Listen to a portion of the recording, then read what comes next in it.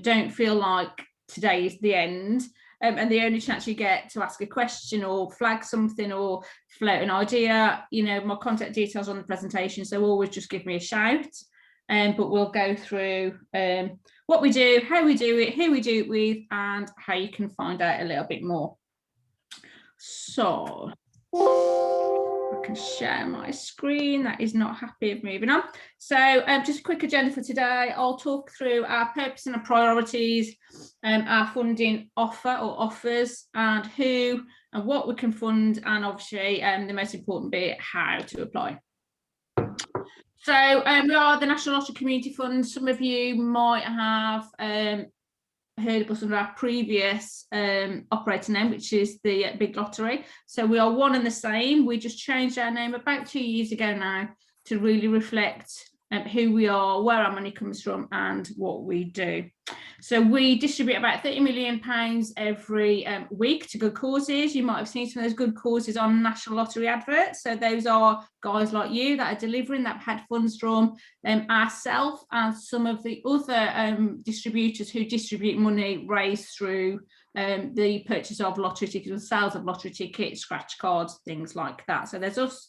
Heritage Lottery you'll hear from a little later on, Sport England, Arts Council, and there's about 18 different operators. So we are the largest of those operators and distribute about 40% of those funds raised from lottery tickets.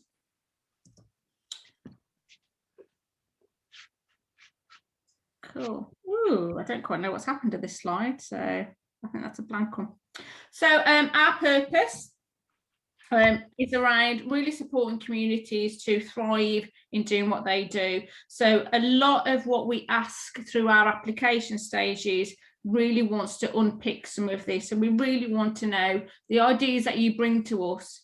You know, how does that matter to a community? What are your communities telling you? Where are you seeing this? Where are you hearing this?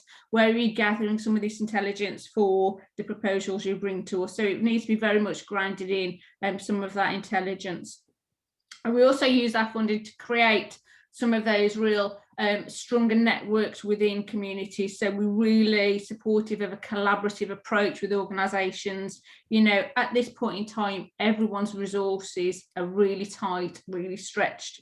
So we want to know, you know, how are you working within that network of providers in your locality? How are you bringing your sort of strengths and your best, you know, sort of skills to what's needed rather than duplicating something that is already happening.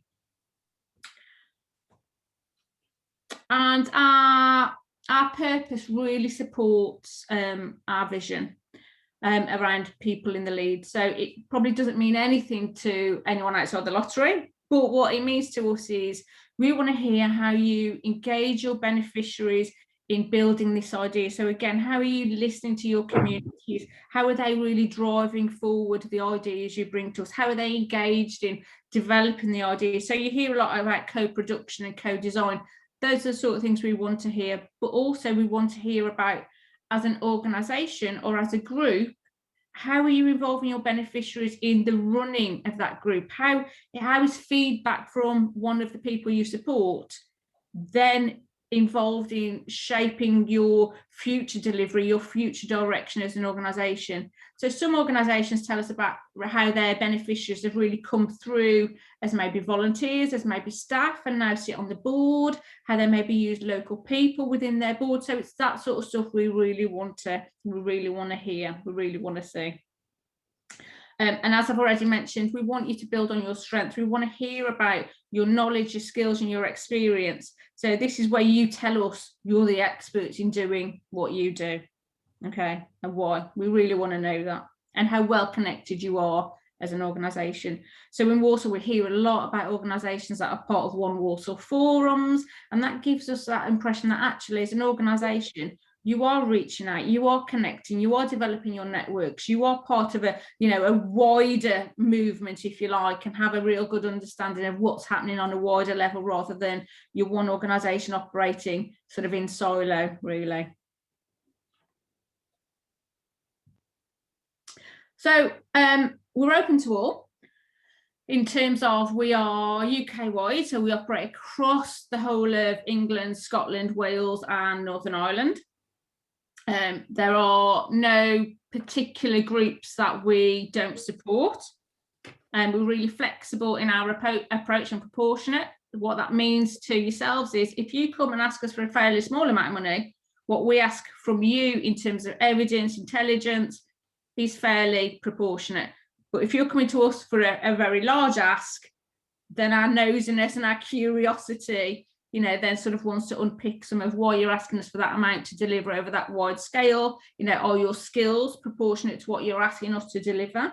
Or is your experience in managing that amount of funding there? And if not, that's fine. You know, I've definitely funded fairly new groups and fairly small groups, large amounts of money. So, and that's where we want to understand and unpick, okay, what skills do your board have? What skills do you have an organisation to go through this period of growth? So it's all around sort of proportionality. And we're very, very supportive of having those open and honest conversations. Lots of groups get in touch with me early on and I'll give them an indication of if it's something that may be supported at funding panel, is this something we may be interested in hearing more about?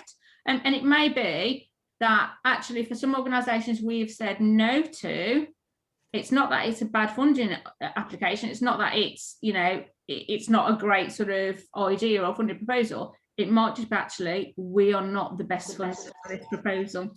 So there are other funders that have their specialisms, and we do work really closely with some of the other people you'll hear from today, and we do share some of those ideas where permissions are given to sort of to say actually we're not the best placed organisation with the best skills to take this forward, actually others are better placed to support you. So as I mentioned, our priorities really support our vision and our purpose, and these are things that we place a lot of emphasis on when we're making a decision, when we're making an assessment. So there are 3 funding priorities in England, and any funding proposal, whether you're asking us for £300 or £3 million, is the same. So your idea needs to be at least one of those priorities. So tell us about how your proposal brings people together, maybe diverse groups of people that wouldn't ordinarily mix, different ages, different abilities. How are you supporting that wider group? How are you strengthening that community? Our second priority is around improving places and spaces. That could be a physical place, like a physical building, but it could also be around developing a virtual forum, a virtual place that supports people to come together. I couldn't change your name. Oh, don't worry. Our final priority is around early action and getting in there early to support communities, support people at that earliest point before, you know, people maybe slip into financial poverty, before people become more socially disengaged. So it's, you know, what are you doing to get in there at that earliest point before people sort of, you know, before people sort of fall further into whatever issue or concern it is you're talking to us about, and also how you support people to develop their skills and help them fulfill the potential that they have. And that may be through volunteering roles, it may be through, you know, some courses, it may be through developing their self-esteem or their confidence to then go on and engage in other activities. So it's sort of quite a wide priority, and they're very broad, deliberately designed to be so, because we don't fund one thing in any particular way, the same as you don't deliver anything in the same way as maybe your colleagues. So it's very open to how you interpret those and tell us how you meet those, but you must meet at least one. And obviously, as I've mentioned, the more money you ask for, the more we want to see how you demonstrate that. So with coronavirus being around a lot longer than any of us initially anticipated, the back end of last year we delivered coronavirus community support funding on behalf of the government, and it was very short and sharp, 6-month long funding pots. Oh. So reaching communities has always been technically quite a long-term funding project, but we're really flexible at the moment. Sorry. We've been really flexible at the moment with organisations that are maybe coming in but want something still a little bit of a short-term project to sort of to support them in the interim while maybe they think about a longer term ask, or maybe while they think about actually our business as usual, if you like, can't be delivered at the moment. So actually our longer term funding cannot be delivered in the way that you know it has to be. So they're coming in for very short term ask, and we're very supportive around some of those 6 month long short and sharp projects, and they're being moved quite quickly through the assessment processes. And I'll tell you how you apply for those in a little while. So our funding offer, you might have heard of Awards for All, and that's a very short-term project, so £300 to £10,000, and you apply online. And it's a 12-month long pot of funding. Funding has to be spent within those 12 months.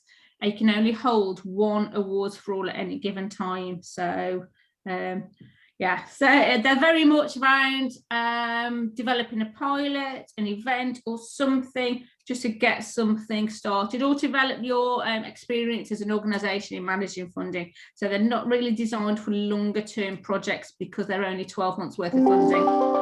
You can apply again after 12 months, but obviously that's not guaranteed. So if you're building a longer term project, you might want to look at reaching communities or partnerships, which is our £10,000 and over pots of funding. There's no upper defined limit for those. So we have awarded projects that have been over £1 million in Warsaw, but also some very small projects. So we've also awarded sort of £10,000 over 5 years, which you can see is a very small amount annually, but it gives an organisation that bit of sustainability over 5 years. So it doesn't have to be huge. So don't feel like there's a massive jump from Awards for All to reaching communities. There isn't. It's a more time intensive process, and we do have lots more conversations, but as I mentioned, you know, we're very proportionate in what we ask you and our response. So don't feel like you need to give us hundreds of thousands of pages of reports and it's really heavily you know, assessed, and we grant manage with a heavy hand. We don't. We're very proportionate with our response. So both of those you can apply online. So if you click on the links, it should take you to that.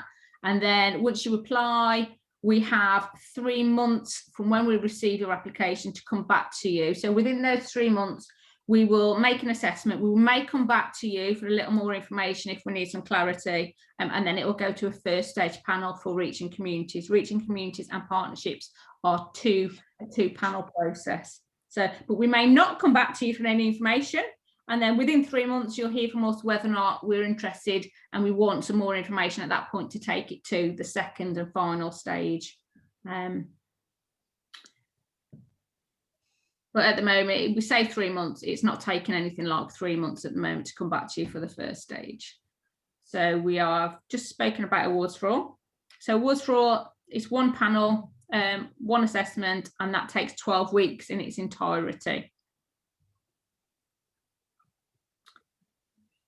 So as I mentioned, reach communities, it's a larger request from yourselves, over £10,000. Grants can run up to 5 years. The norm is probably about 3, exceptional 1 or 2. If you're asking us for a 1 or 2 year project, my response to yourselves would be, okay, what happens in year 3? Where's your funding coming from in year 3? If it's a case of, well, okay, we'll come back to you, why are you not asking us for longer in the sort of the initial request? Okay, so, and even if you ask for 5 years, it will be, right, okay, what happens in year 6? So we always want to know, what's your plans for going forward? We're not massively keen on continuation funding.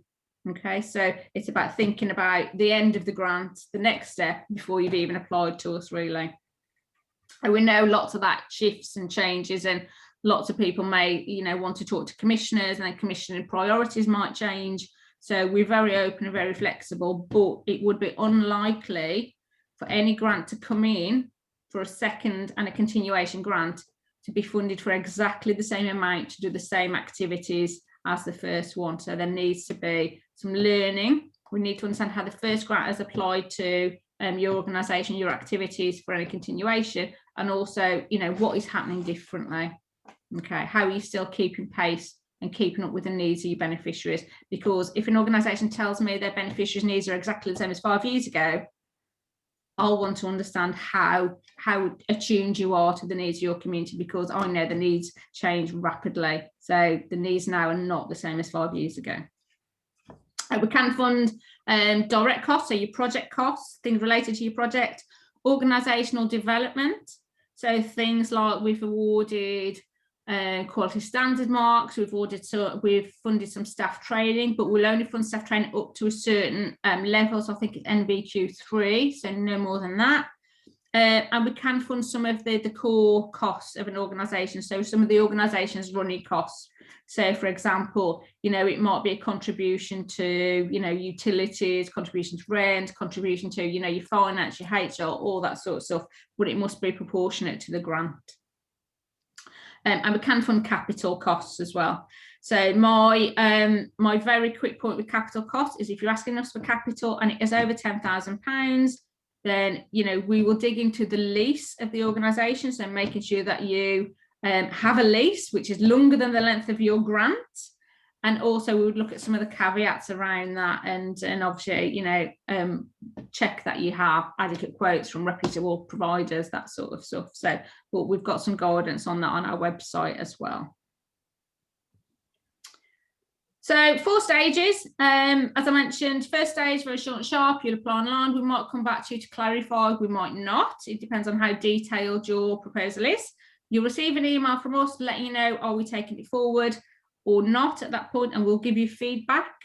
And then if we are taking that forward to the final stage, we'll have those conversations and we'll ask you for a much more detailed information. And then when you submit that to us, you then have another 3 months before we come back to you with the final decision.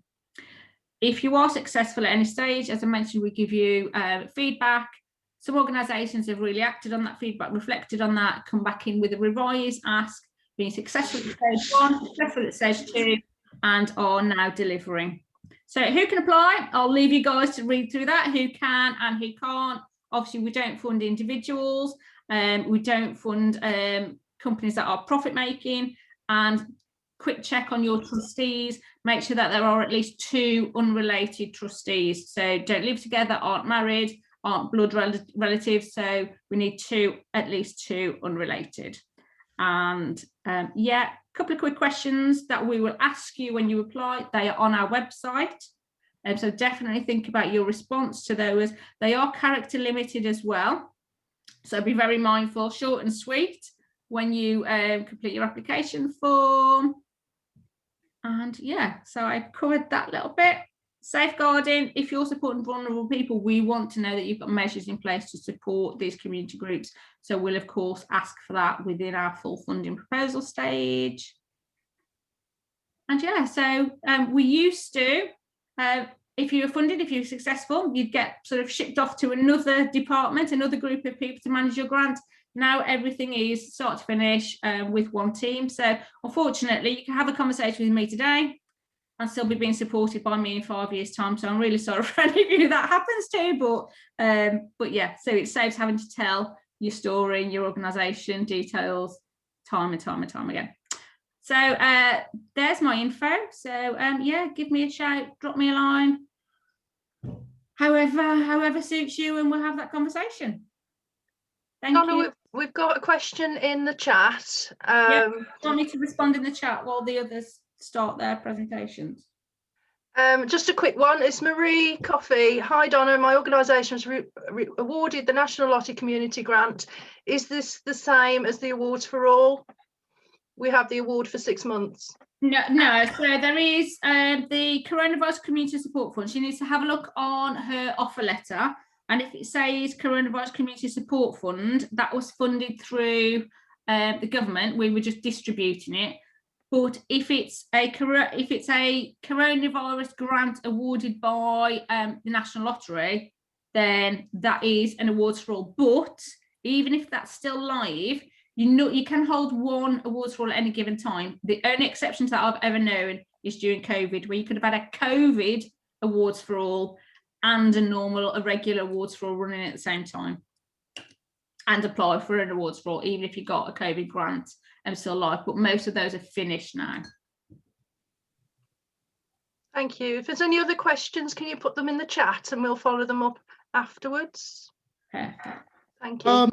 Thank you, Donna. I just I didn't want to interrupt you, but I was going to say, I know the time, I know that already in advance that the time when you look at it wasn't a lot, but I didn't want you to rush. So take your time. If we were all running. I stop for breath. I'm really sorry, people. No, I could tell you were rushing, and I didn't want to interrupt, and I just want to say, take your time. It's all on there. It's all on the PowerPoints. Yeah, all on the PowerPoints. There's a load of guidance on our website, but do flag, do shout me, do have a conversation. I didn't want to rob people off the chance to ask questions as well, because that's why we are here.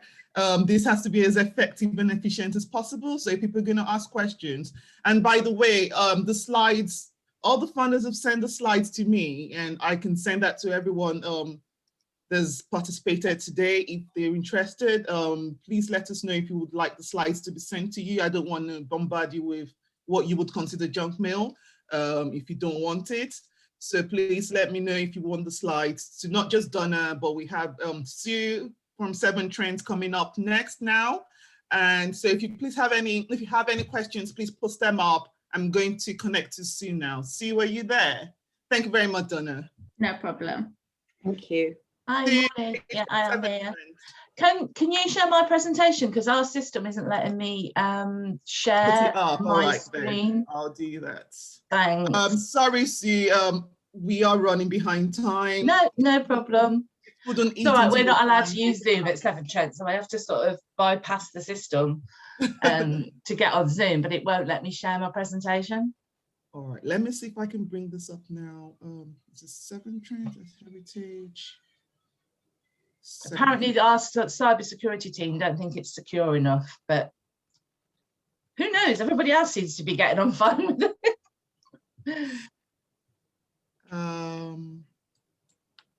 Okay, can you see it? Is it okay? I don't know how to. Yeah, that's it. From beginning. Okay, is that good? Yeah, that's good. All right. So anyway, hi everybody, I'm Sue. I'm the fund officer for the Severn Trent Community Fund, and I cover the east of the region, so that includes you guys. So sorry you're stuck with me if you live in that area.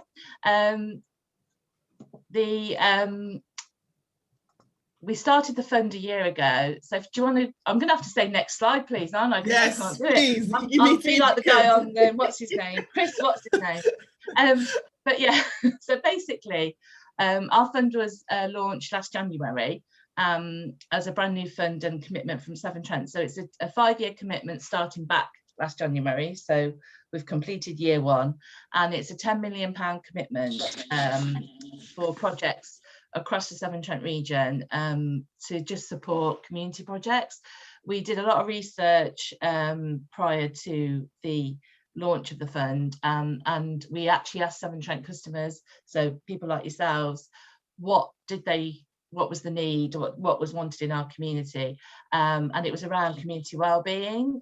So that was split down into 3 main aims of the fund, which you can see here are people, place and environment. And it basically we support projects that are about improving community wellbeing. So for people, it's upskilling people, it's making people's lives better. For place, it's around improving a space, access to a space. For example, the picture you can see there is the Space Centre in Leicester, which is we funded for a new exhibition. And for the environment, we've had lots of gardening, community garden projects, allotment projects, that kind of thing. Of course, we're a water company, so projects, it would be great if projects do have a link to water, but we don't need it, it's not essential. So if some projects will naturally have a link to water, like the allotment projects and gardening projects, but some won't. So that's all in our guidance. Can I have the next slide, please? So who can apply? So you can see here it's pretty much the usual suspects. So not for profit. I'll quickly whiz through this, but I'm sure you'll be sent these so you can see them afterwards, read it in detail. We can't fund individuals or not-for-profit organisations. The project has to be based within the Severn Trent region and be for the benefit of Severn Trent customers. So for Warsaw, I think you guys are only waste customers, not water customers, but it's either water and or waste customers. And there's a postcode search, so if you're not sure, you can put your postcode in, and it will tell you whether who you pay your bill to, because sometimes your bill might not look like it's Severn Trent, but it might be. So right, next one, the most important slide, what much money is that? So there's 3 different bands of funding. So there's 2 to 10,000 and 10 to 75,000. They're both a year, for a year duration, and then 75,000 to 200,000, which is for projects up to 2 years. Anything over 10,000 needs to have 10% match financial funding, and any project that you apply to us for, we do need to be the majority funder. So that is 51% or more of the total project cost. Right, next one. I am flying through these, but it's the best way to do it. The types of projects. So this gives you a really brief kind of overview of the sort of stuff that we've funded so far.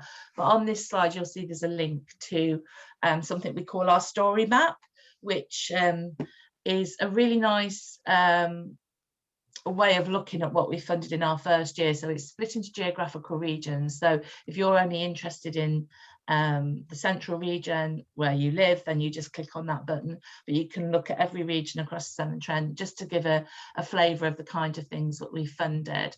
And the examples given here are like the orchard, kids orchard, which was improving the outdoor space for children with physical and learning disabilities. There was the music rooms in Gloucester, which is providing a music studio for young people to get them engaged, and refugee routes in Nottinghamshire, which was a project about befriending and supporting refugees and asylum seekers, to make sure that they have a good start to life in our country. So before applying, we just asked you to give me a shout. You don't have to. If you're confident that you fit all of the criteria and you're happy to go ahead, just do so. But we also think, you know, if you do want to chat through to make sure your project's on the right lines, then don't hesitate to contact us. Right, next one, please. This is the process. So the projects are decided on by our customer panel, and it is a customer panel. They are people that live in the Severn Trent area, and they've volunteered and applied to be on our panel. They are all people that are from our sector, so they've all worked in the voluntary and community sector. They've either worked for a charity, still do, some of them work for charities. They have applied for funding, run funding, so they're making their decisions based on past or present experience, which for me is really important, because it's not our Severn Trent board members sitting in a boardroom making these decisions who might not necessarily know what the community sector needs. This is people that are genuinely understand and get what's going on in the local community. So as you can see, the way we process these applications, we outreach and support, which is this kind of thing. The application is via our website. It then goes into an internal review, which is done by myself and the other fund officer who covers the other side of the region. Then only the strongest applications go forward to the panel, which is why if you've got any queries about what you're applying for, please don't hesitate to contact me, because we want to make sure your applications are nice and strong. The decisions are, the panels run, now this is where it gets confusing, I'll try and explain it less confusing. The quarterly panels, which are March, June, September and December, are for anything over £10,000. So if you're applying for £10,000 or more, you would be seen on the quarterly panels. Anything under £10,000 we do on a more regular basis, so you will be seen, the application processes turn around quicker, because we think if you're applying for less than 10,000, you should get decisions quicker. So that's how, and once the panel met, we normally do a turnaround very quickly. And for anybody, say for example, that's going to the March panel, they'll get a decision, possibly, depending how quick they give the paperwork back to us, payment by the end of March. So we do turn it around quite quickly. Next one is, how do you apply? So like I said, it's all online, and the link's there for on our website. It's a portal that you sign into. You only have to create your portal once, and then you just need, that's yours then to sign into. You can work on the application form as many times as you like till you submit it. Once you've submitted it, you can't change it, but if you've got any problems that you spot afterwards, just let us know and then we can have a look at it for you. You'll see there an image of our guidance document that's downloadable off our website, and it's a really strong guidance document that helps you through the process. And we've built on that over the last year since we've been running. Just whenever a question comes up from somebody like yourselves, or from something that you thought of and we haven't, and we've added it to the guidance document. So if you click on the link there, you just need to create your portal, and if you are successful in getting a grant, that portal is where all of your offer letter would go, where any monitoring forms would sit. So we do everything through that portal. So right, so I think I've whizzed through that quick enough that I can take some questions and still have you on time. How's that going? Has anybody got any questions? Could I ask a question? It's Professor Gatride. Can you hear me? Yeah. Two things really. First of all, Sue, thank you for that presentation. I couldn't actually read the email address that you very kindly gave us because it was in very small writing. Is it sue.hayes? It's sue.hayes, spelled H-E-Y-E-S. Yep. At severntrent.co.uk. The other question is, do you fund school gardens, which is what I'm involved in? We've funded quite a few actually. Okay. We've done outdoor learning space, outdoor learning classroom spaces. We've done school learning allotments. We've done one that's, I love the name of this, it's called a mindful forest, which a school has put in a, so yes, definitely we've funded probably half a dozen or so across the county, across the region. Lovely, thank you very much. Like I say, we fund capital, as I say, that was a very, very quick précis of what our fund is. We do fund revenue and capital projects. It can be a mixture of both, it can be one or the other. We also, so we won't do full cost, we'll do full cost recovery, but we won't fund just normal running costs. So if you're looking for core costs, unfortunately, we won't be able to help with those. We are at the moment in the proceed of setting up a COVID support fund that will be a smaller pot of money. Last year we diverted some of the main fund to be a COVID emergency response fund, and we did that as $500,000 as they were actually more donations than grants. So if you did receive one of those, please don't think that stops you from applying to the main fund, because it doesn't. And then at some point in the future, probably, I say in the future like it's a long way away, but March time, we'll be sending information out about what we're doing for COVID support as well, which will be smaller grants and a less detailed application form for support around COVID, but that's watch this space for that. So yeah. So could I just extend my question a little bit? Yeah, sure. And that is that for the less than £10,000 grant, would you still want matching funding, or are you okay without? No, you're okay with that. Anything over £10,000 is 10% financial match funding, but under 10,000 you don't need it. And is there a time frame over which this money should be spent? Anything under 75, so the 2 to 10,000 and the 10 to 75,000 need to be spent within a year, and anything over 75,000 is a 2-year. Thank you. Project. Yeah.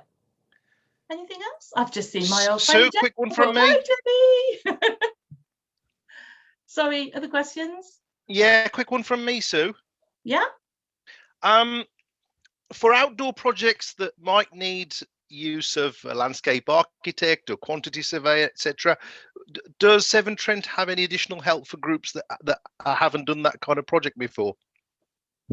Not as a company, no, unfortunately. Yeah. No, we I mean, obviously we've got people within our company that do that for the company, but we don't have access to them for the fund, I'm afraid. Okay, that's helpful. Thank you. No worries. I've got a question. Okay. Hi, thanks for that presentation. My name's James. I was wondering if staff costs are considered within the normal running costs that you don't fund. If you're including staff costs that are part of that project, then that's fine. So it'd be your normal cost recovery. So if you've got a specific project that you're doing and you want to allocate the staff costs to that, that's fine. Right, okay, cool. Thank you. No worries. Anybody else? See, I've got one from a Wayne B. I think that must be Wayne Blake. Hi, Wayne. He says, if you were unsuccessful last year, can you apply again? You can apply again, but you can't apply for the same project. Okay. So once the panel's rejected you, like I said, this is all in the guidance document. So once you've got that, you'll get full details rather than this quick whistle stop. But once the panel has rejected a specific project, you can't apply again for that project. You can apply for others, and if you want to talk to me about your ideas before you go through the whole process of applying, so I can sort of help signpost you, then please don't hesitate to contact me. All right, and Angela Gonsalves, I'm sorry if I pronounced that wrong. Do you fund startups? We have funded one startup so far. It's just about evidencing really strongly the need for it. I mean, like every funder that you'll probably speak to today on here, we're oversubscribed. So our panel has to make really hard decisions. And the two main aspects that they look at is strength of evidence of need, and also sustainability. So for startups, okay, that's really hard to show sustainability, but if you've got really good planning in place around how, business plan, what your future, sort of exit strategies for people that you might engage with, that kind of thing, and then that shows it, the panel, that you've really thought it through and there's some strength of evidence there. See? Oh, I've stunned all of you into silence. And you've also brought back the time. I have. That's not bad going. That's not bad going. But like I say, I'm more than happy to talk to anybody. So give me a shout. And if you need anything, just let me know. Okay. So if you still have any questions, you have Sue's. You've seen Sue's contact details. Can you please send a question, because we're about to move on to Esf Community Grants from Warsaw Council, and this is being presented by Ruth. Ruth, are you there? I'm just about to hand over to you. Hi, Ruth. I'm the same as Sue. I need you to share the presentation, because we're also not allowed to use Zoom. Oh, sorry about that. I don't want to badmouth. It's not your fault. It's the council. We're not allowed to access it on our work computers. It's a nightmare, isn't it, Ruth? Yeah. I don't know. I'm glad we're not the only ones. No, Teams is just not the best, honestly. Yeah, we use something called Lifesize, which I'd never heard of, but it works, but it's not as good as this. It's not as user friendly. I'm just gonna get up can't find it. Oh gosh, there's just way too many things opened up here. Just trying to find it. Don't worry.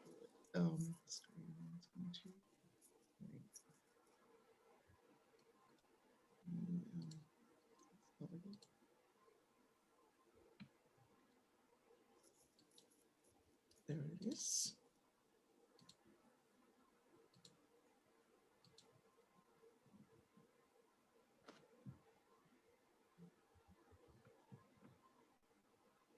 Oh, there.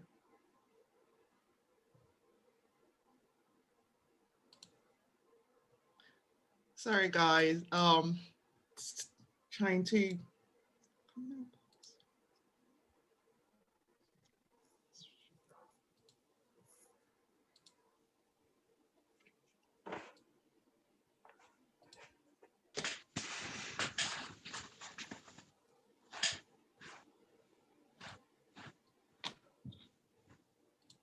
There we are.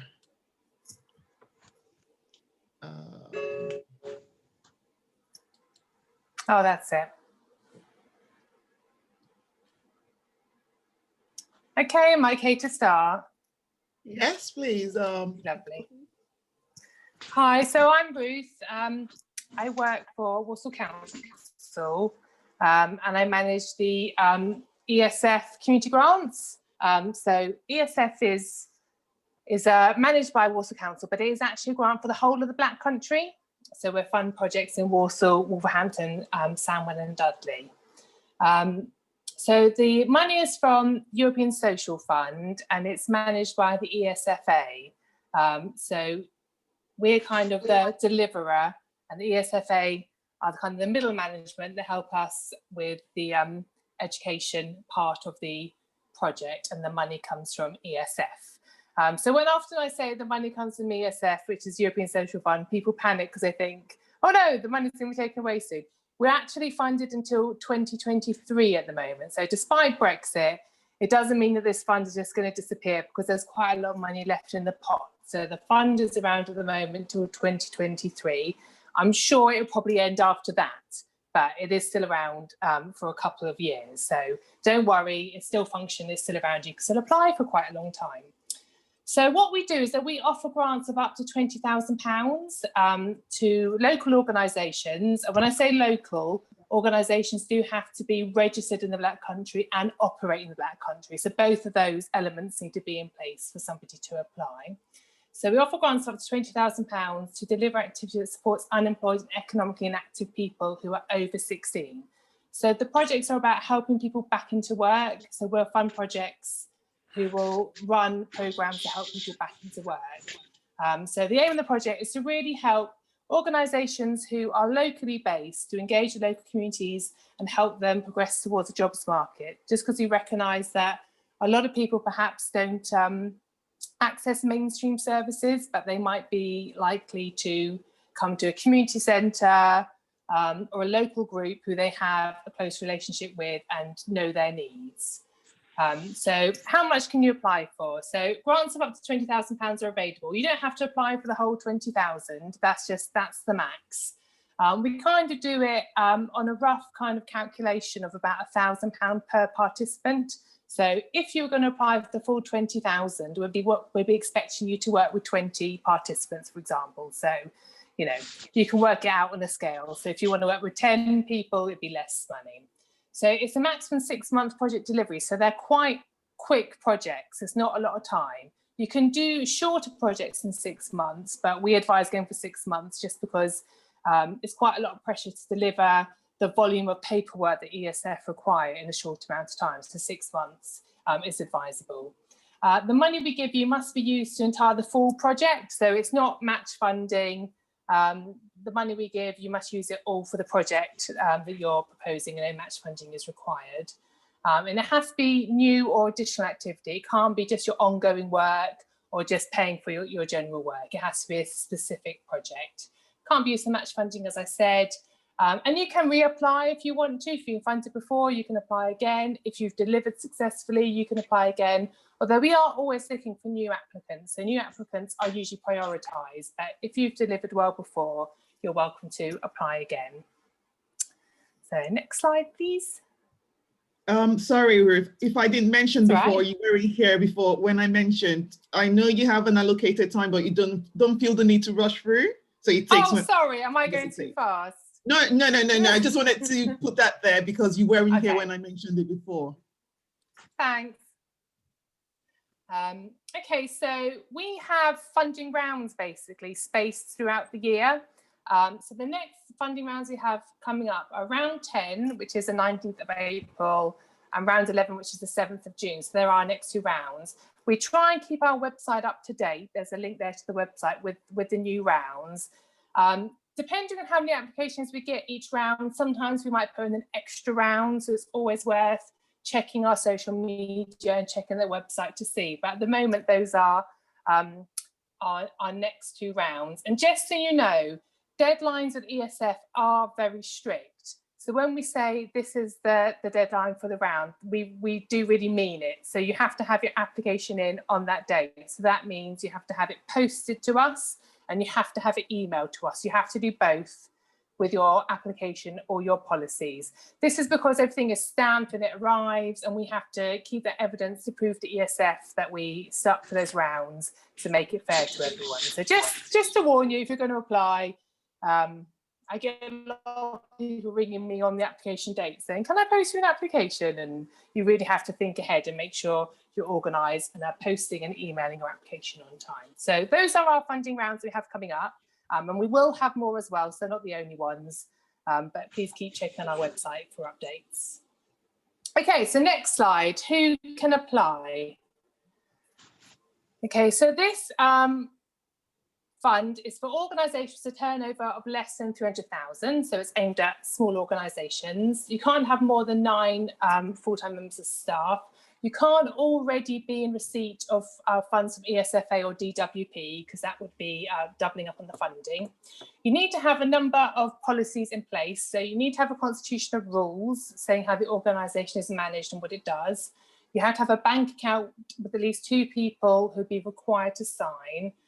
You have to have quite a lot of policies. You need to have a health and safety policy, equality policy, and a sustainability policy, which is sometimes a newer one, which a lot of people don't have. That's just about how your kind of green policy and maybe how you're reducing waste. If you're not sure about how to do one of those, I'm sure One Walsall might have templates or can advise you, but you need to have that policy as well. You also need to have employers and public liability insurance. You need to have both. And if it's applicable, you need to have a safeguarding policy as well. And you do need to send us a copy of all those policies when you're applying for the fund. So it's worth getting all those things in place if you're thinking of applying. Get them in place before you apply, because if you don't have them, your application won't be considered.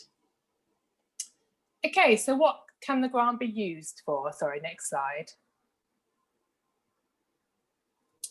Okay, so the grant is all about helping people back into employment. So it's up to you to come up with an idea. We don't tell you how to do it, although there are kind of markers we want you to hit. So what we're looking for is, does the project that you're thinking of doing help people move closer to the job market? So what the project that you're going to do with them, does it help them think about going back into work? Does it skill them for work? Does it get them into training? So this can be done, you know, a number of different ways. So it depends on who you are as an organisation. So a lot of organisations might do what you'd call traditional job club activities, which is completely fine. That kind of thing can be like helping people with their CVs, helping people with interview skills, helping people learn how you look for jobs. All that kind of stuff is fantastic. I mean, we're also really open to more creative activities. So if you're in an organisation who perhaps specialises in sport or gardening, you can use some of those to help people as well, because we're not only interested in kind of the formal training, although formal training is an important part of it. You do need to show that the learner is going on a journey and learning something through some form of training. It doesn't have to be accredited, but you do have to show they do some kind of training sessions. But we've also had projects do things like help people learn gardening skills. And they spend their time out and about doing, like, you know, a session of gardening whilst taking part in the project, because we're interested in helping people soft skills as well. So a lot of people like to combine that. So like think about what are the social skills people need, what's the mental health support that people need, combined with what's the formal learning that people need. So maybe people need help with upskilling their skills in maths and English. So you can combine that with some hands-on practical skills as well. So we are really open to creative and different projects, but you need to come to us with the project proposal. So when you do the application, it asks you to explain the learner journey. And in the application, that's where you get the detail of what the learner will be actually doing, what they'll be gaining when they're with you, and how that is all going to help them move closer to the job market. And it's not that they have to get a job after they finish with you.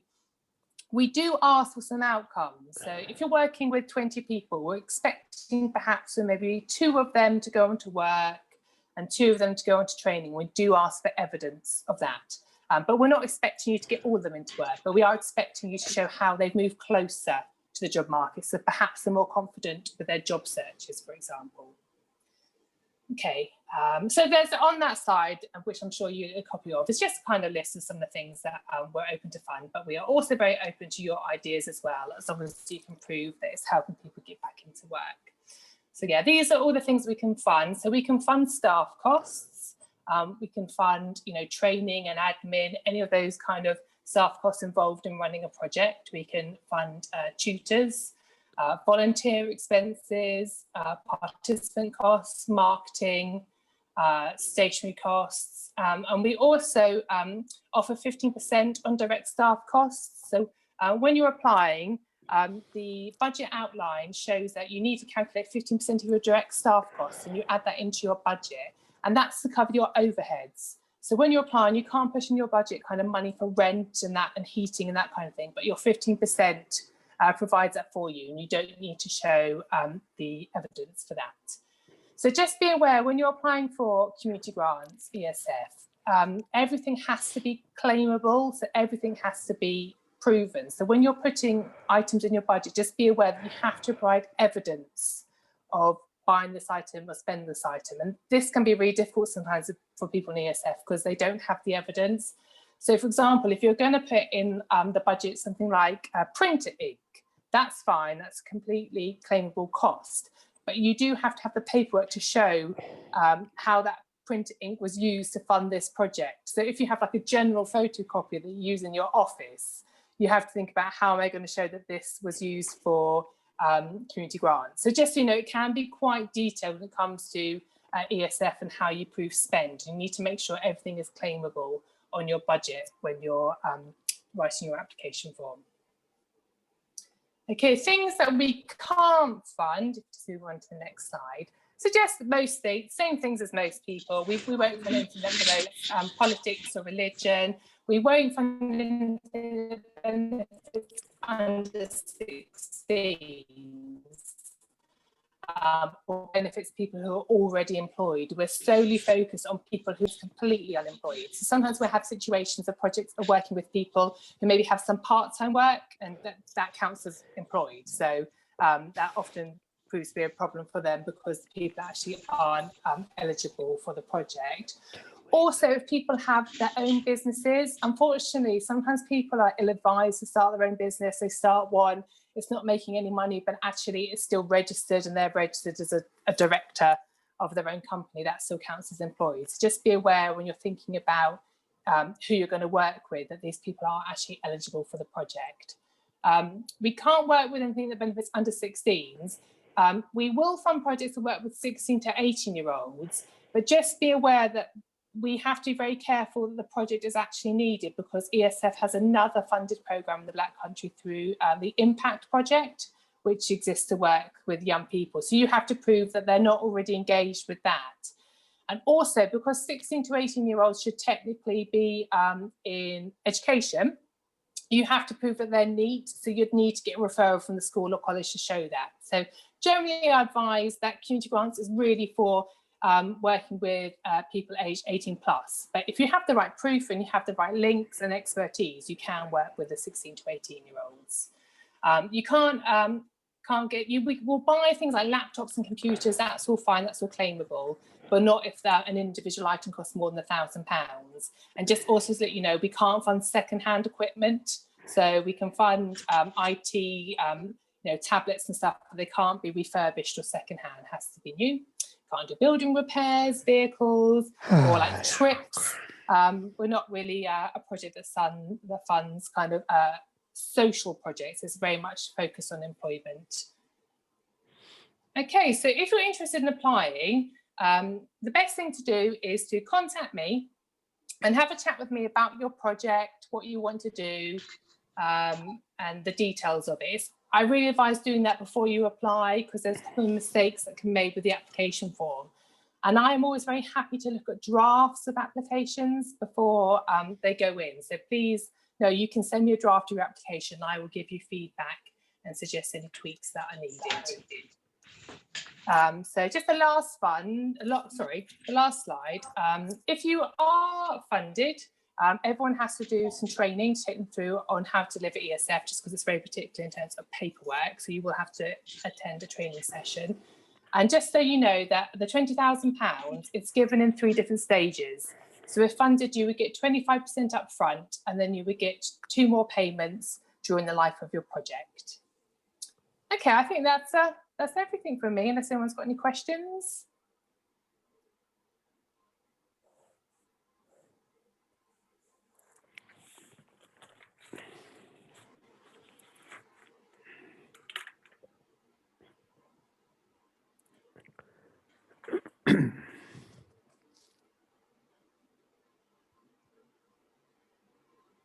I'm just going to reach through and see if anyone's submitted any questions. Thank you for that, Ruth. Thanks. Quick one, Ruth, mate, then. It's John Edlin, St Matthews. Oh, hi, sorry. Yeah, the question is, yeah, we're thinking of having 3 people on a Kickstarter programme, start as soon as possible. Now that the government has relaxed it, individual organisations can apply rather than groups requiring 30 or more people. So potentially, might we be eligible for some of that money? It depends. If you need to be going for at least 12 months. Okay, because the Kickstarter programme is for 6 months per student, isn't it, or per unemployed individual? So the organisation needs to have, you need to have evidence of kind of not necessarily accounts, but banking for at least 12 months. So we need something to kind of base. Yeah, that's fine. Yeah. So yeah, potentially. I mean, obviously it all depends on the kind of, you know, what you're going to do as a programme. So yeah, if you want to discuss an idea in more detail, that's probably the best thing to do, is give me a call. No. All right, thank you. Thank you. Thanks. Any other questions before we bring up the next funder?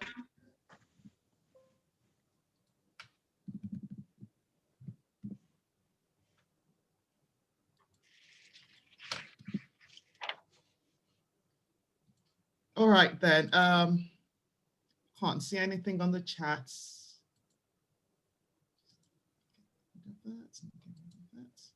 Thank you very much, Ruth. Thank you. Hi, thank you, Ruth. I'm going to introduce Waitley from Heart of England to talk about any relative funding news from Heart of England. Jenny, is she here? Yes, I'm here. Hi, Jenny. Hi there. I'm sorry, did I pronounce your surname right? You did, yeah. Do you want me to share your presentation, or do you want me to share your screen? I'll do it myself. Yes, you said you wanted to share, right? Yeah. Yeah, I'll do it myself. Thank you. Okay, let me see if this will work.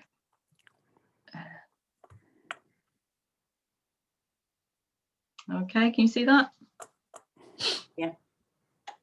Great, okay. So yes, thank you. I'm one of the grants officers at the Heart of England Community Foundation.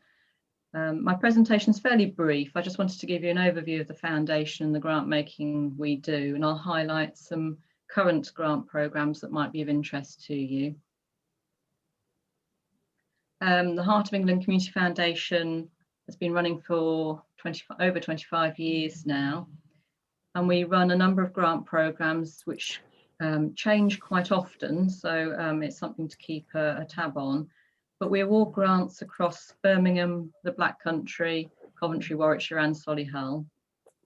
The money we have comes partly from our own endowment, which produces an income for us to distribute. Plus we have a range of donors. We distribute funds from the private, corporate and public sectors. Decisions on grants are made by independent panels, so the grants officers don't make any decisions on awards. Our job is to assess an application, to write us a short report to help the panels to make their decisions. And at the moment, there's just 2 full-time and 1 part-time grants officer. In the last 12 months, we've been exceptionally busy due to the pandemic. We suspended our usual grant programmes last April. But since then, we've received almost 2,000 applications and awarded 1,000 grants mainly for emergency grants, funded mostly from the National Emergency Trust, some from DCMS, and some from funds we diverted of our own from our other programmes. But we focus mainly on smaller organisations, and the majority of grants that we award are somewhere between £1,000 and £5,000. So the starting place for any application is our website, which I shall now open.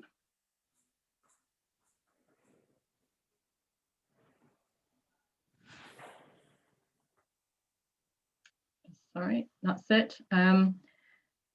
So this is the homepage for our website. I should mention at the top here, I don't know if you can see it on your screens, but you can sign up to our newsletter, which will give you up-to-date information about what we've got on at the moment. But the most important button to use is this apply button, where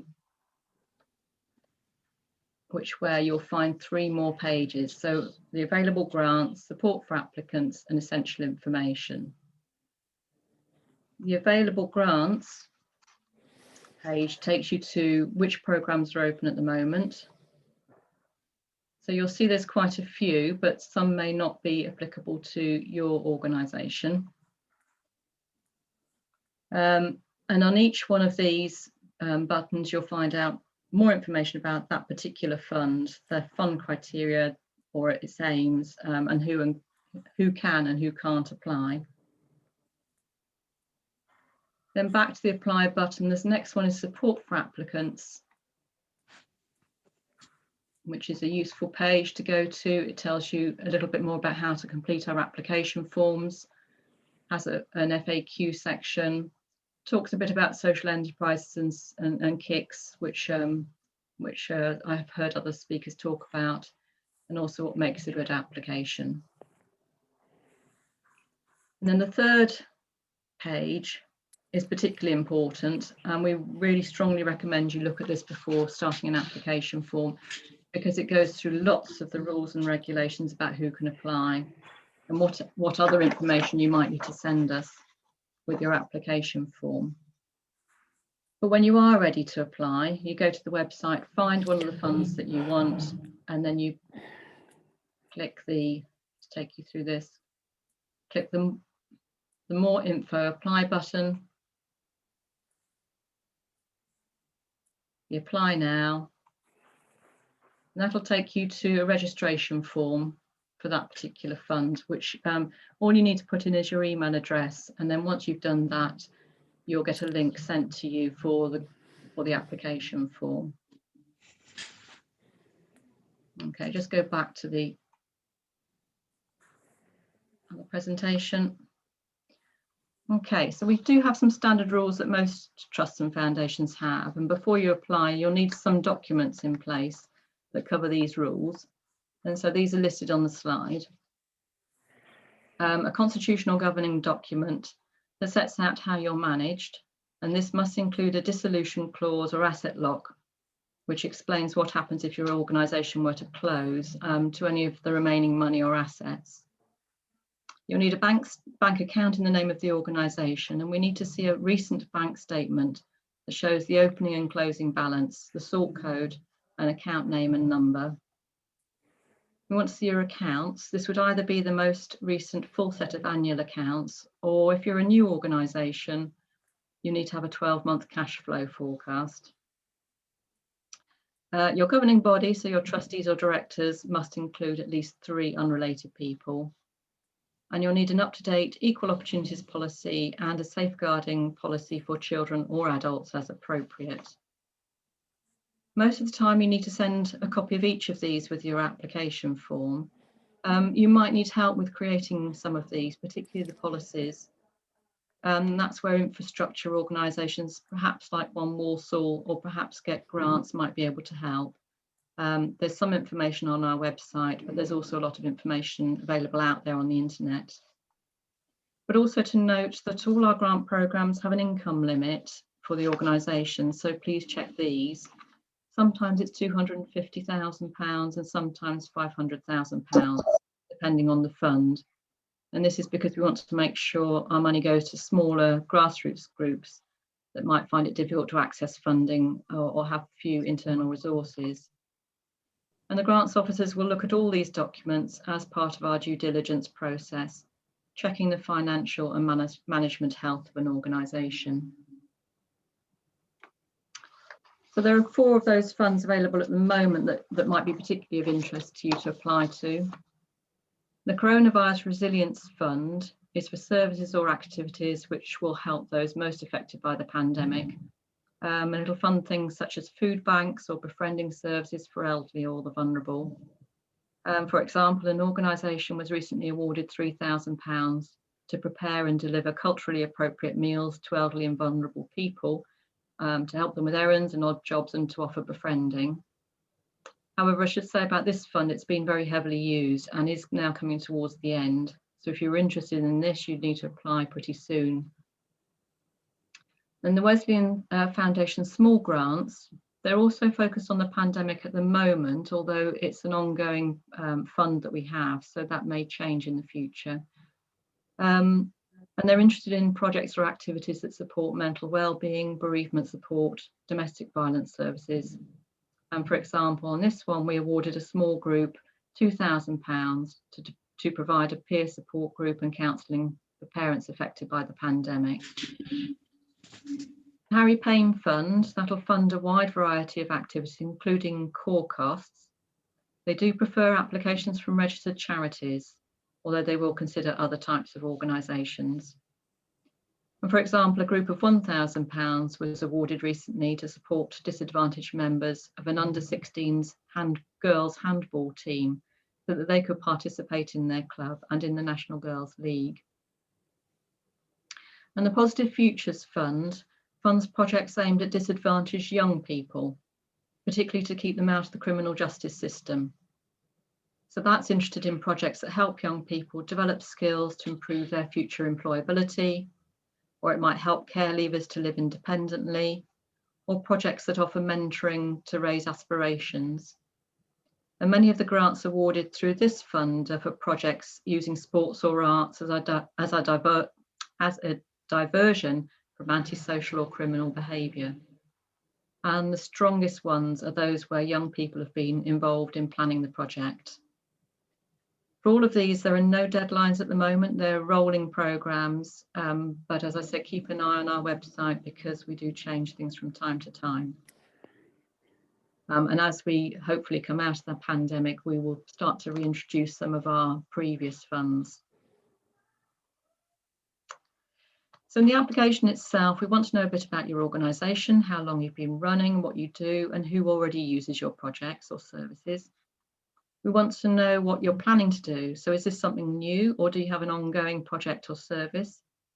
But in both cases, you'll need to show us that you know what your community wants or needs.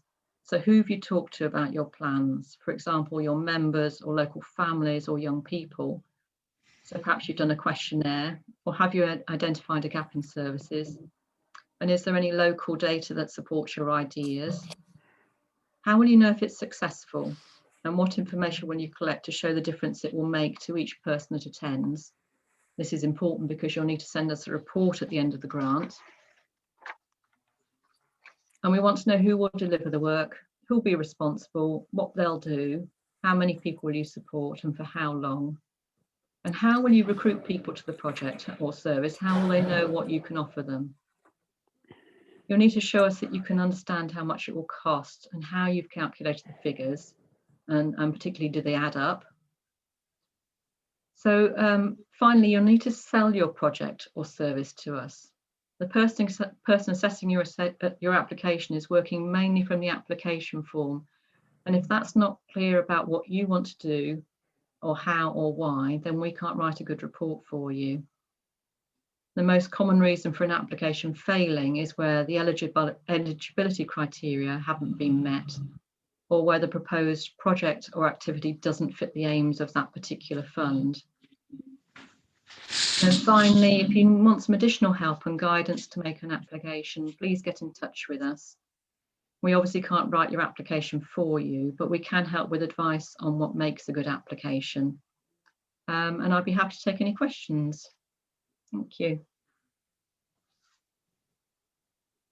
Thank you so much, Jenny. Thank you. Does anyone have any questions for Jenny? You can put it up in the chat, or you can ask here right now.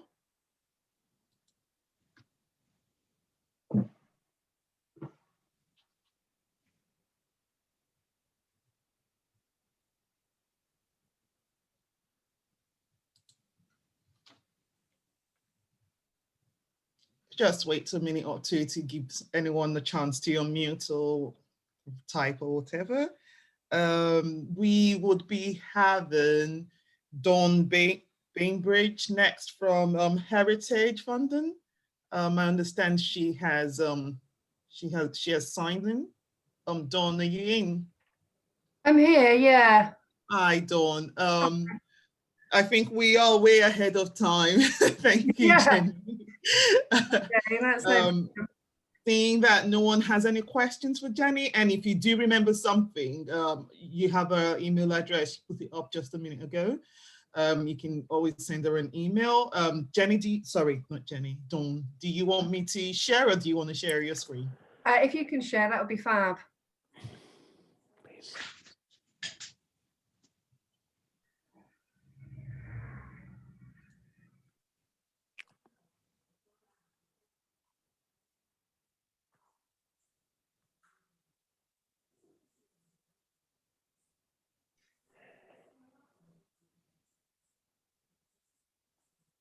Okay, super, thank you. Okay, great. Morning, everyone. Thanks for having me. I'm just going to ask if you're not speaking, could you put yourself on mute? That'd be great. I'm getting quite a lot of background noise, but that'd be super. So I'm just going to take you through a whistle-stop tour of our open grant programs that opened, well, they opened in January, but that was sort of a phase one, and then we've now moved into sort of phase two of our reopening, which launched on Monday this week. So it's all fresh, all new guidance and information, and then so towards the end I'll give you some sort of top tips on what we look for in an application. So moving on. Today, myself and my colleague Liz Shaw is here to answer any questions. We are in the engagement team in the Midlands and East area for the National Lottery Heritage Fund, and we work to support organisations in applying to us for funding. So advice and guidance on how to shape your bid, how to write the application, and various other sort of relationship management kind of activities. Next slide. So I thought I'd go back to basics quickly and just sort of plant that question into your head of what is heritage. You know, there is a lot of sort of stereotypes of what people think we mean by heritage, but basically it's things from our past that we value and want to pass on to future generations. And it can be all sorts of different things, from people's memories and stories, cultural traditions, histories of people and communities, and as well as the traditional museums, historic buildings and archives and collections. We also fund land and nature as well. A lot of people don't realise that we fund nature reserves and green spaces. And we also fund projects relating to our industrial, maritime and transport heritage. So there's a whole breadth of different things that we can fund, and that's not just the full amount. There's so many different things that we can fund. It's up to you to understand what's valued in your heritage, and you can come forward to us for a project based around whatever you feel is important. So who do we fund? Any not-for-profit organisation, and they can be registered charities, CIC, CIOs, local authorities. We can fund schools, primary schools, secondary schools, sixth forms, universities, any educational institute, community and voluntary groups, so friends of groups. There may be sort of a local sort of park that has a friends of group that they could apply to us for funding. And we do fund private owners of heritage as well. So, you know, I guess sort of think about those sort of large stately homes that you see across the country that are in private ownership, but they are open to the public. So we can fund things like that as well. Moving on. So this is, I'm going to start talking about our open programs now. And we have sort of 3 bands of sort of funding pots. And the first one is 3 to 10,000. But all of our projects must achieve the mandatory outcome, which is at the top there. All projects must achieve the mandatory, which is a wider range of people will be involved in heritage. So all projects must think about how they can achieve that outcome. And we also have priority outcomes as well, which we've listed there. And they are around the funded organisation will be more resilient, people will have greater well-being, people will have developed skills, the area will be a better place to live, work and visit, and the local economy will be boosted. So all projects must achieve that mandatory outcome at the top, but also achieve one of the other priority outcomes as well. And then at the bottom there, it's a requirement now that all projects must be environmentally friendly. So you must think about steps by which your project can contribute to being environmentally sustainable. And I'll talk a little bit about that in more detail as we move on. So this is the 3 to 5, oh no, sorry, can't read the slide. So this is the other outcomes that relate to our grant funding. These aren't priority outcomes, but they are still considered if you have a project that might achieve these outcomes as well. So heritage will be in better condition, better identified and explained, or people will have learned about heritage. Okay. Right, now we're at the slide I thought we should be at. So here, this is 3 to 10,000. So this is our small grants. It's fairly straightforward. It's all online. You submit your application online. Once you've submitted an application, it's an 8-week assessment process. There's no match funding requirement. So if your project costs 10,000, you can ask us for the full amount. There's no deadlines either, so you can apply at any time when you're ready. And they're usually for 12-month projects or less. So they're quite good for projects or organisations that haven't applied to us before, that want to sort of try a new sort of idea out, or engage a new audience, or engage their current sort of client users or users that want to do a sort of a heritage project. They're quite good for dipping your toe in, as it were. The online form is pretty straightforward. It's quite tick boxy. But obviously, if you've got any questions, you can always contact us and we can try and help you out. The next band is 10,000 to 250,000. So it's a slightly different process, but it is still an 8-week assessment, and there aren't any deadlines. There is a match funding requirement for projects or grant requests over 100,000, but anything under 100,000, there's no minimum match funding requirement. Obviously, it is helpful if you do have some match funding for the project. It always works in your favour, but it's not a fundamental requirement. We do have with this band the project inquiry service, and that is it's an online form that you can fill in, and that will come to us in the engagement team. And we'll be able to give you some advice and guidance on your project idea. So it doesn't need to be a fully formed idea. It's just a way of getting some feedback on your project idea before you launch into the full application. It's not part of the assessment process. It is literally just a way to get some feedback from us and pitch your ideas to us, and we can help you out if we think it's something that we might be able to fund. And then there's the larger grants, the final band, which is 250 up to 5 million. And with this band, there is a mandatory expression of interest that you have to submit. So it's a bit like a project inquiry, but it does form a bit more of the process, in that it is mandatory and you have to submit that and get through that panel before you're invited to submit a full development phase application. It is a 2-stage application process. Each stage takes 3 months to assess. We have quarterly deadlines for that, and it's a minimum of 5% match funding for grant requests up to $1 million, and over that it's 10% and above. So it's quite a different process. So if you've got any questions about that later, we can come back to that. So I thought I'd talk about what we mean by that mandatory outcome involving a wider range of people. And you might hear us talk about inclusion, and that's what this outcome means. So what we encourage you to think about when considering this outcome is who knows or has access to your heritage now. So who currently has access to your heritage, whether that's physical access or virtual access or whatever kind of access. Who are those people that engage with that heritage now? Identify if there are any gaps in who those people are. So it could be young people don't visit your heritage site or have access to your heritage.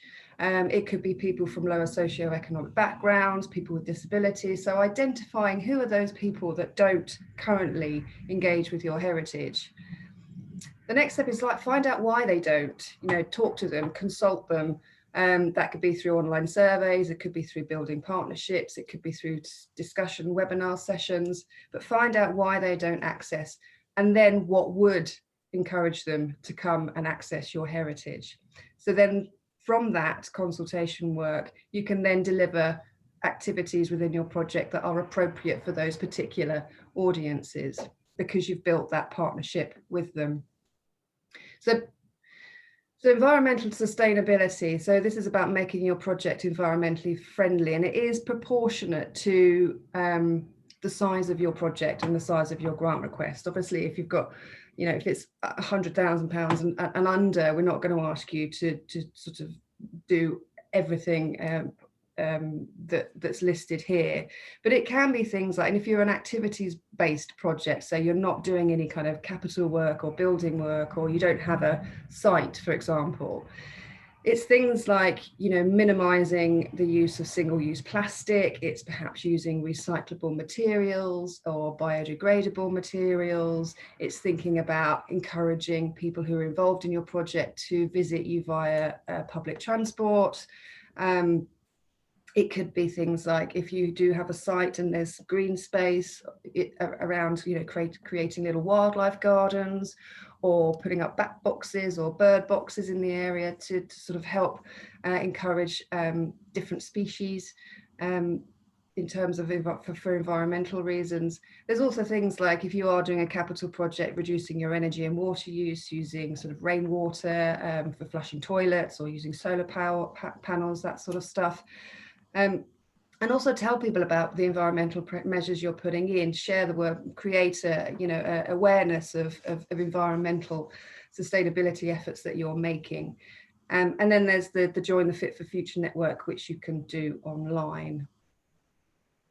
Next slide. So top tips for making an application.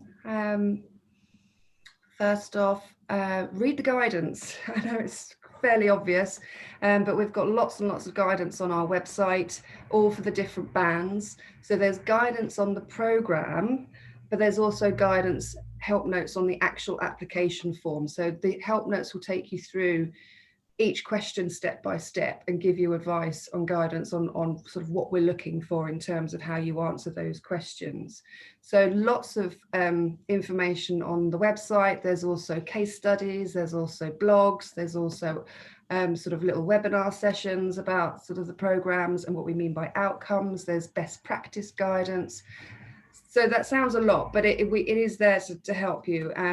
And I would, you know, if you're going to read anything and if you're going to apply, then read the guidance notes and the application help notes. They're the two fundamental guidance notes that we encourage you to read.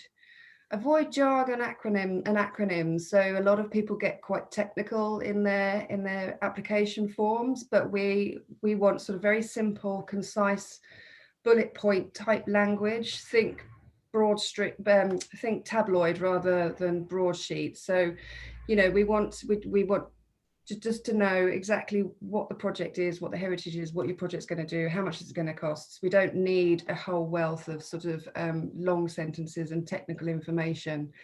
So be quite concise and precise with your language. Think about your budget, be realistic. We will expect to see a contingency in your budget.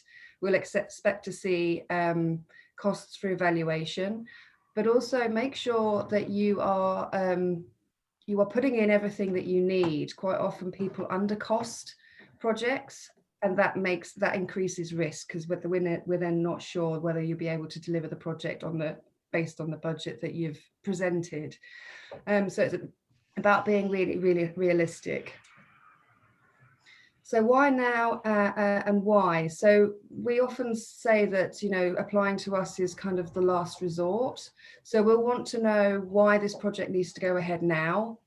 What's it responding to? Is it responding to a need or an urgency? Is it timely? So what's going on around you to encourage you to sort of apply to us now? And ask someone else to read your application. Often when you're involved in your project and you're writing your application, you get really involved, and it's very difficult to sort of see it from an outside view. So we often say, ask someone else who's completely unrelated to the project to read it, and hopefully that if they can understand it, then we'll be able to understand it. And that's just some further information. There's the website address there. You can also sign up for our e-newsletter, which gives you sort of, you know, up-to-date information and news on what's going on at the fund. We're also on Twitter, Facebook, and Instagram. That's our handle there. And do follow us if you're interested in what we're up to. So any questions?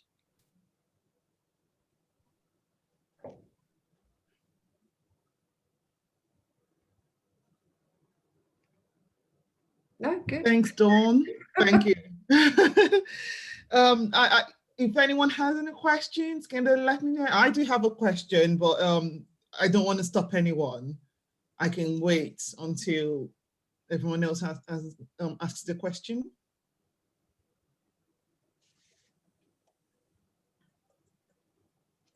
Okay. Sorry, Dawn. I just have one question on behalf of a group that I know isn't here, or that I think isn't here. Mm-hmm. So if they have a heritage project going on, but they are applying to Art Central England, and I think there might be a bit of double count there somewhere, because you sometimes have similar parts. Is there any funder or grant out there that disqualifies a group from applying to you? So if they were already applying to Art Central England, can they still apply to you as well? Yeah, they can. Liz, thank you. right, isn't it? So Liz, I've just seen Liz, my colleague. Hi. Yeah, that's not a problem as well. So like with where they're applying to another national lottery funder, such as Arts Council, all we'd say is that that can't be part of their minimum match funding, so it has to be over and above the minimum amount that we ask for, but that's absolutely fine. All right. Sorry, I'm just seeing your message now, Liz, because I can't see message while I'm sharing. Apologies, I haven't gotten the hang of sharing screens, and I think that was very obvious as I was sharing screens and sharing the notes as well. Apologies. I promise next time I'll get this sorted. We're all in the same boat. Don't worry. Anyone has any more questions for Liz or Dawn? I think it's just to reiterate really that if you've got an idea for a project, just get in touch with us. You know, drop us an email, give us a call, or put in a project inquiry. You know, we're here and open to listen to ideas. So, you know, don't be afraid. If you feel that your idea might be a bit bonkers, it doesn't matter. Just give us a shout and we can help you out. Dawn, I know you mentioned that you're a last resort sort of funder. Does that mean that people have to justify on their applications why they weren't accepted by other funders? Is there anything? No, not really. I mean, I think it's to do with, you know, particularly capital projects, you know, sort of big sites and museums. We like to see that they have explored other sources of funding. I mean, obviously, if your project is the most, you know, we're the most appropriate as for your project, then, you know, that's fine. But we do encourage people to explore other sources of funding if possible. And and you know, and if actually, you know, we are the most appropriate, then we're the most appropriate. That's fine. You don't have You to also us really. You also mentioned that there were no deadlines. Does that mean that your pots just continuously run and you just keep taking in applications then? Yeah, basically. So we have a rolling, so the smaller grants, so from 3,000 up to 250,000 is sort of a rolling grant program. So you just submit whenever you're ready, and we have a decision panel every month, I think, Liz, is that right? Who make decisions on those applications. So as soon, so if say you wanted to start your project in September, say, because of the 8-week assessment process, you need to count 8 weeks back plus a couple more just to be on the safe side. So you'd need to sort of submit an application kind of early July, which will give you a decision. Well, probably June, give you a decision sort of August time. So then you can get going in September. All right. I think the basis for the question was because sometimes pots run out of funds and then that closes. So I just wanted to be sure that people know that they can apply anytime they want to. And also, I was wondering as well, does Heritage have separate funds, like various pots rather? Like say within the National Lottery, they have reaching communities, they have awards for all. Is that the same thing with you guys? No. No, it's all goes into one big pot. That's right, Liz, isn't it? That is. Yeah. It's all still really new because obviously the new grant funding is I'm so sorry, I didn't mean to put you in the spot. No, it's fine. I just want to make sure that I'm keep looking to Liz for confirmation. I'm just making sure that I'm giving you the right information. That's all. Yeah, Sorry. I was just going to say, yeah, it's just all one big pot with the different requirements at different funds, levels. And then we do have one other grant scheme, which is Heritage Enterprise, and that's basically looking at new uses for derelict listed buildings, but that's something quite niche, and we're happy to talk to people about that as well. Angela Gonsalves has asked for Heritage contacts. We're going to share the slides and you're going to have a copy of it as well. So don't worry if you don't have it here. It was up on the screen a minute ago, but I can also send you the slides, and when you have the slides, you have a copy, Angela. Okay, and I think, honestly, I did not expect this to finish at this time. I can't believe we're this early. I had already sent a message to everyone saying we're going to be late, and I just wanted to say thank you. Thank you so much to everyone. Thank you for all the representatives, for the funders that have attended, and thank you to the public. Sorry, oh, Davey there. Before everybody goes, can I just have a quick word with everyone? You might have seen now that One Walsall sent out several emails and in our e-bulletin about a state of the sector survey that we're looking to complete. So far, it's been really good. We've had over 70 responses, but I've just looked at the list of people who are here today, and there are a number who haven't yet completed the survey. The survey is really important as it's going to help us understand the impact of COVID-19 on the sector and on individual groups, and it's important that we can fully reflect how COVID has impacted on everybody, the large groups and the very small ones. So we put the survey together. It'll take about 20 minutes to complete, and in response for completing it, we normally provide organisations with up to 6 hours free support each year. But if you complete the survey, we'll increase that by an hour up to 7 hours. So what I've got an email ready to send now. So those people who haven't yet completed it, who are here today, you'll see an email at the top of your email box from us. In the middle of the text, there is a link to the survey. As I say, it takes 15 to 20 minutes. If you can complete it, we'd be really, really grateful, because the more information we get on what it's like out there, how groups are struggling or not, as the case may be, the better we can inform our partners, funders in the future.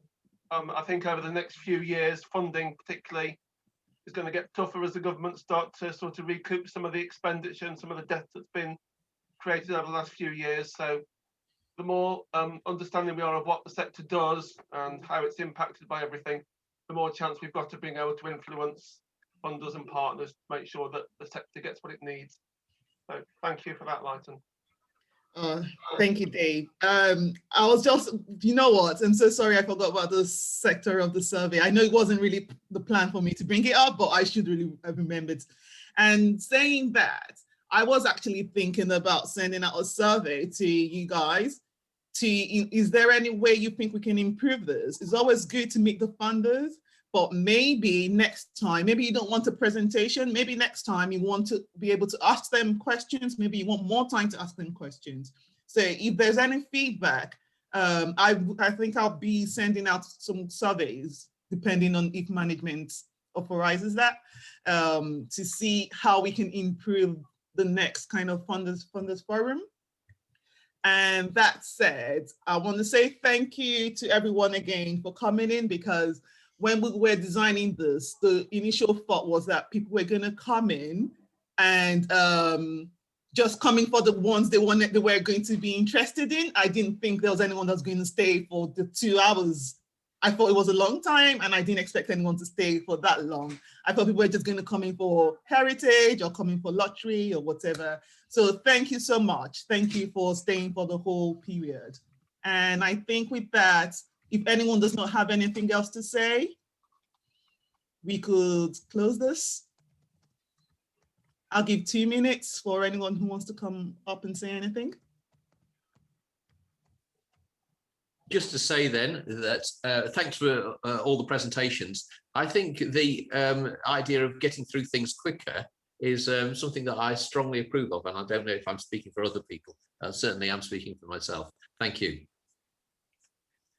Thank you, John. That was really the intention of allocating 20 minutes, and we wanted to get everyone done quickly. But then again, I guess we started thinking, oh my God, what if that wasn't enough? But I'm happy you're saying that and you're echoing the initial thoughts.